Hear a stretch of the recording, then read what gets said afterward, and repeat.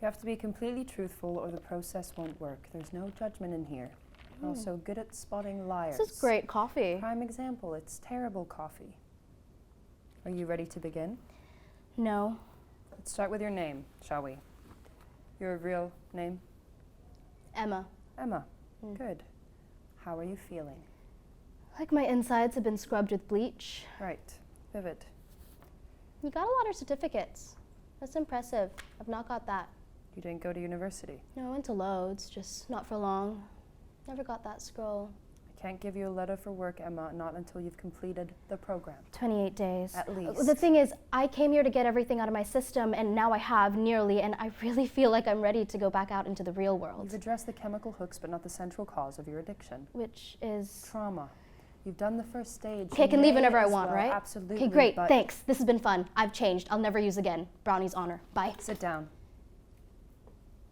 You even sound like my mother. Emma, the program works for a lot of Oh, people. except you don't know that.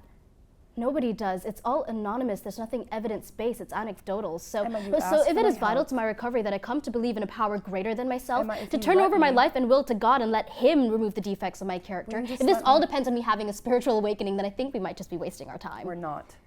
I think we might be. You're worried about the steps. I'm worried that a medical trained professional with this many certificates can also wear a crucifix. I don't believe the scientific method disapproves the existence of God. Oh, such a boring conversation.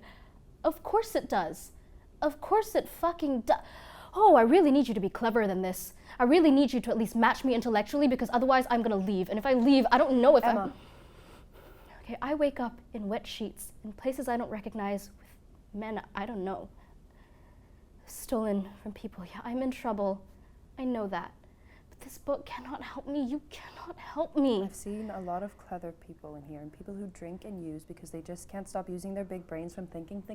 Does that sound familiar? I'm not a product of the decisions I've made or the things that have happened to me. I'll not be reduced to that. I'm not suggesting that. Okay, look. My brother had a brain hemorrhage while reading Pinocchio to a group of 5-year-olds. Mark. He was 2 years younger than me, and he never touched drugs or alcohol. Ran fucking marathons for charity. I should have died 1,000 times, but it was him. Okay, if I told you that I was sexually abused or the child of alcohol...